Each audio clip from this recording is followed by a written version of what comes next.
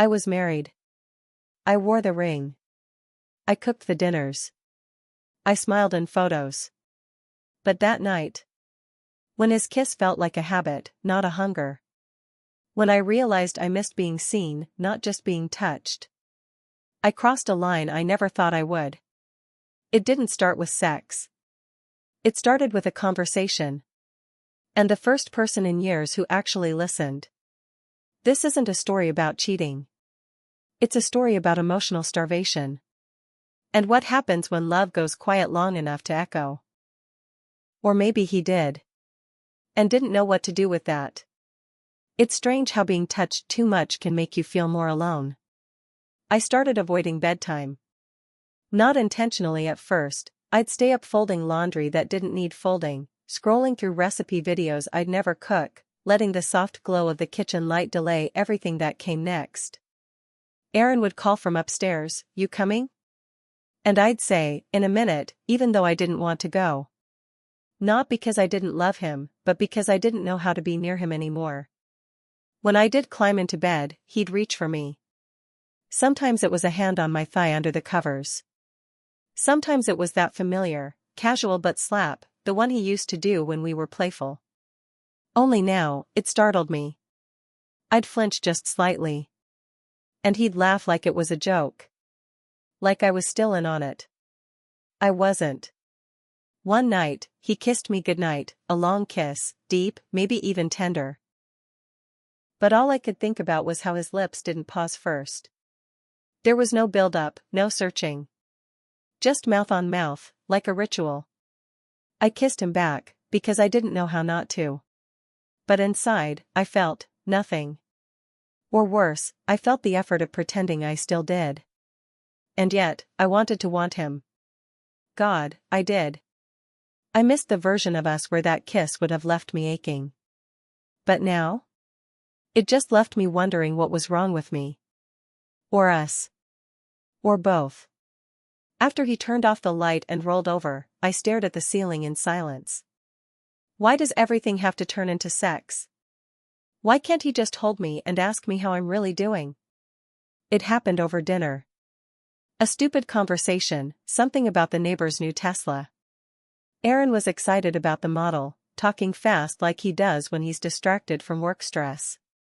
I was swirling my wine in slow circles, trying to listen. Trying to match his energy. But my body was tired from pretending again. I asked him, gently, "Do you even see me anymore?" He blinked, still smiling, confused. "What do you mean?"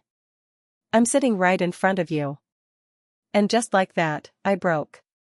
The tears came before I could stop them, slow at first, then thick and burning, catching in my throat. I didn't mean to ruin the moment, but everything had been pressing against the surface for weeks. Maybe months. "I feel invisible," I said, trying to sound calm, but my voice cracked. "Like I could disappear in this house and you wouldn't notice until your laundry piled up." Aaron put his fork down. "Lauren, come on. Don't do this now." Now. It was always not now. Not when he got home from the hospital. Not when he was tired. Not when we had friends over.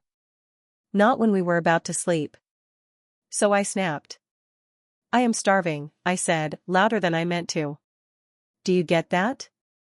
I am starving for something that isn't your hand on my thigh or your kiss when you want sex. I need to feel like I matter to you when you're not trying to sleep with me. If you're still listening, thank you. This isn't the kind of story you tell out loud.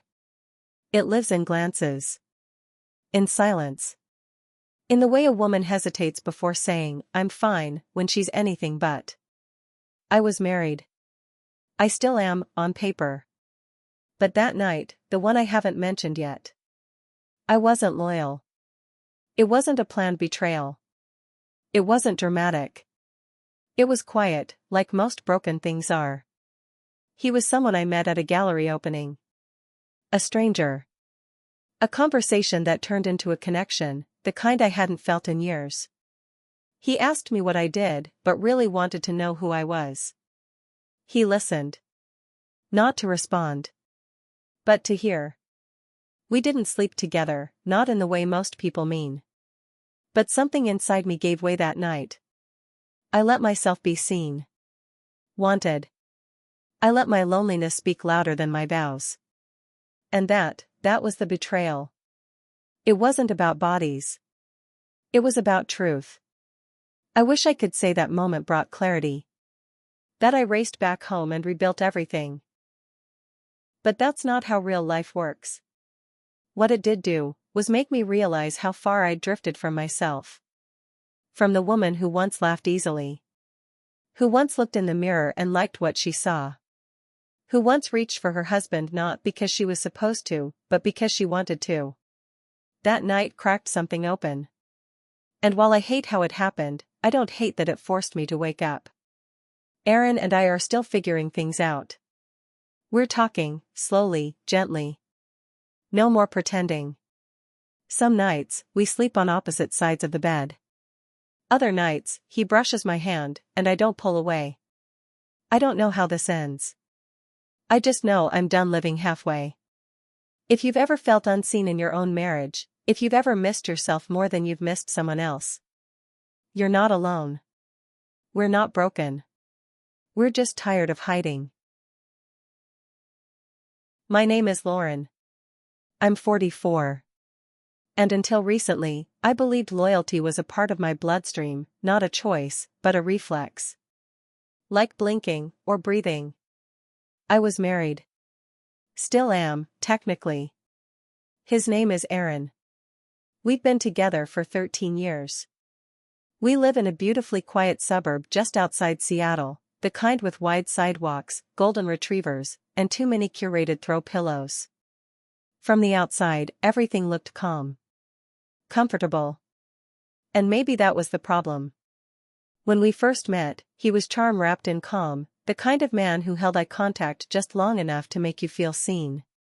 He used to leave handwritten notes in my coat pocket, kiss me just behind my ear when we danced, and whisper promises at red lights like they were prayers. But over time, something changed. I think I noticed it in small moments first.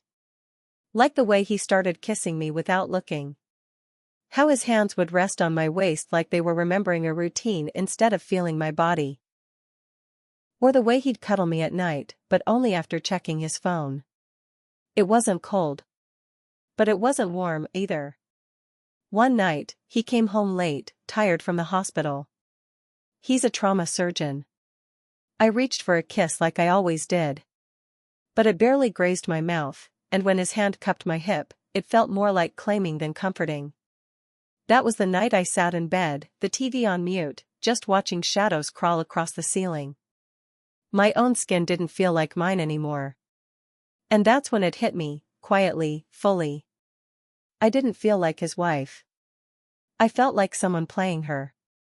Aaron means well. That's what I keep telling myself. The day after that hollow kiss, he tried. He really did. I was chopping onions in the kitchen, still in my robe, when he came up behind me and slid his arms around my waist. His hands were warm. His lips brushed my neck. But instead of softening, I stiffened. It wasn't fear. It was fatigue.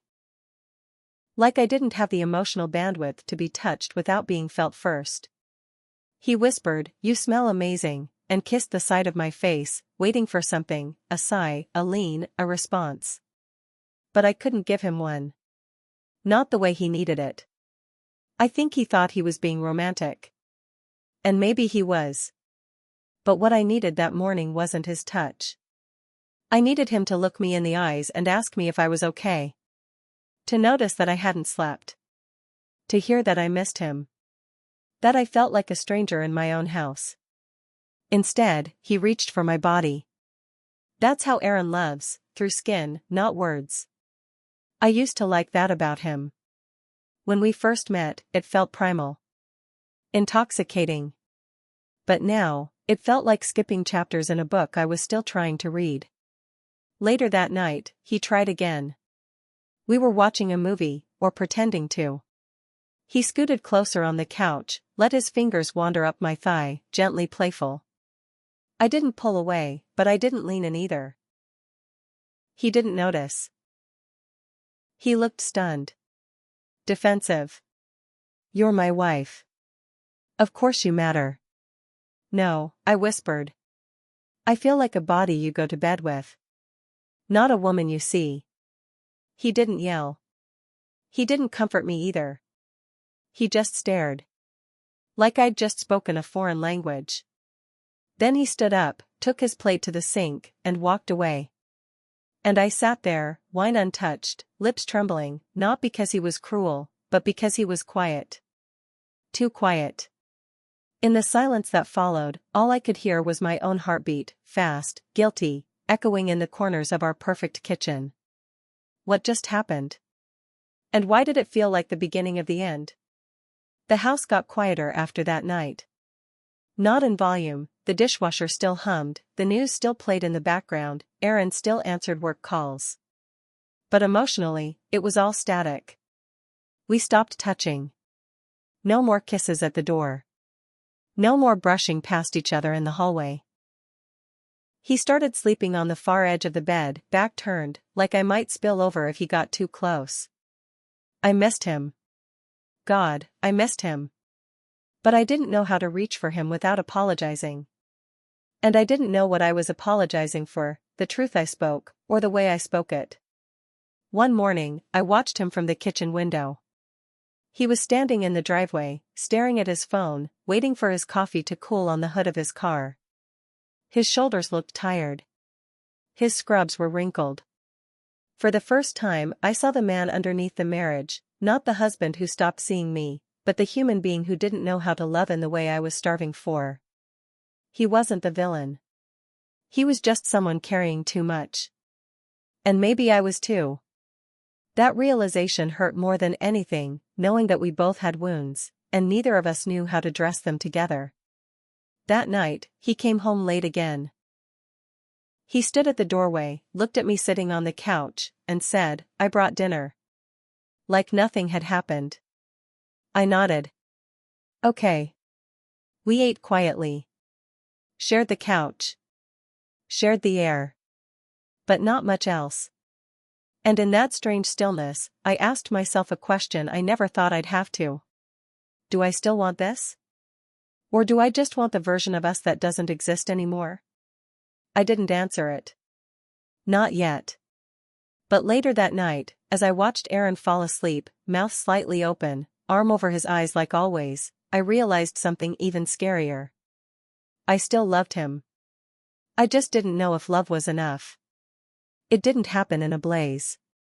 There was no dramatic goodbye, no slammed doors or packed bags. Just a quiet Sunday. Aaron had taken the day off. Rare. He suggested we take a drive to the lake, the one we used to go to before life became so scheduled. I said yes because I didn't know how to say no without sounding cruel. We barely spoke on the way there. But when we arrived, he parked under the same tree we used to sit beneath. We got out, and he just stood there, hands in his jacket pockets, watching the water move. Then he said, "I don't know how to fix it."